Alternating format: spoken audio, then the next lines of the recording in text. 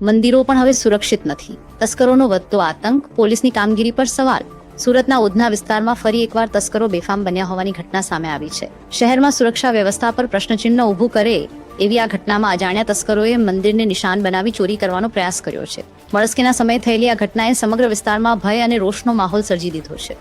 પ્રાપ્ત માહિતી મુજબ તસ્કરો વહેલી સવારના સમયે મંદિર પર પહોંચ્યા હતા. મંદિરમાં આવેલી ઓફિસમાં ઘૂસી તેઓએ કબાટ તોડી નાખ્યો હતો. જો કે કિસ્મત ખરાબ કે અન્ય કોઈ કારણસર તેમને કોઈ મૂલ્યવાન વસ્તુ હાથ લાગી નહોતી. છતાં તસ્કરો ખાલી હાથે ન જાય તે માટે મંદિરની સુરક્ષા વ્યવસ્થા પર જ હાથ ફેરવી ગયા. મંદિરમાં લાગેલા સીસીટીવી કેમેરામાં તોડફોડ કરી અને ડીવીઆર પણ ચોરીને લઈ ગયા. આ ઘટનાથી સ્પષ્ટ થાય છે કે તસ્કરો પૂર્વ તૈયારી સાથે આવ્યા હતા. સીસીટીવી સિસ્ટમને નિશાન બનાવવું એ તેમની ચતુરાઈ દર્શાવે છે, જેથી તેમની ઓળખ બહાર ન આવે. મંદિર જેવી પવિત્ર જગ્યામાં આવી હિંમતભરી હરકત થવી એ માત્ર ચોરી નહીં પરંતુ ધાર્મિક ભાવનાઓ પર સીધો હુમલો છે. મહત્વની વાત એ છે કે આ મંદિર પર છેલ્લા 1 વર્ષમાં ત્રીજી વખત ચોરીની ઘટના બની છે. અગાઉ પણ અહીં નકલી દાગીના અને દાનપેટીમાં રહેલી રોકડ રકમની ચોરી થઈ હતી. દુઃખદ વાત એ છે કે અગાઉની બંને ઘટનાઓમાં આજ દિન સુધી તસ્કરો પોલીસની પકડથી દૂર છે. હવે ફરી એકવાર ચોરી થતા ભક્તોમાં ભારે આક્રોશ જોવા મળી રહ્યો છે. સ્થાનિક લોકો અને ભક્તોનો આરોપ છે કે પોલીસની ઢીલી કાર્યવાહી અને રાત્રિ પેટ્રોલિંગના અભાવે તસ્કરોના હૌસલા વધ્યા છે.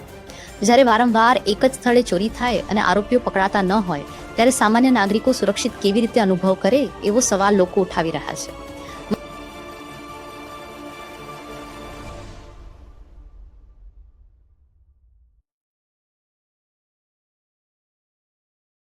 મારું નામ પ્રવીણભાઈ કંચનભાઈ રાણા છે. હું ભગવતીનગરનો રહેવાસી છું.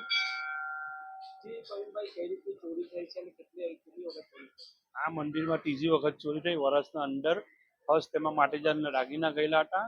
ત્યારે બધા દાગીના ડુપ્લિકેટ જ હતા. એ છતાં તે લોકો ચોરી ગયેલા. નેક્સ્ટ ટાઈમમાં બીજી વાર મંદિરના ગલ્લા તૂટેલા હતા. તેમાં રોકડ 35,000 થી 40,000ની રકમ હતી. તે પછી અત્યારે પાછી ચોરી થઈ છે. ઓફિસના તાળા તોડીને કબાટ તોડવામાં આવ્યો. એમાં કોઈ વસ્તુ નીકળ્યું નહીં તો ઓફિસની ડીવીઆર ખેંચીને લઈ ગયેલો કેમેરા.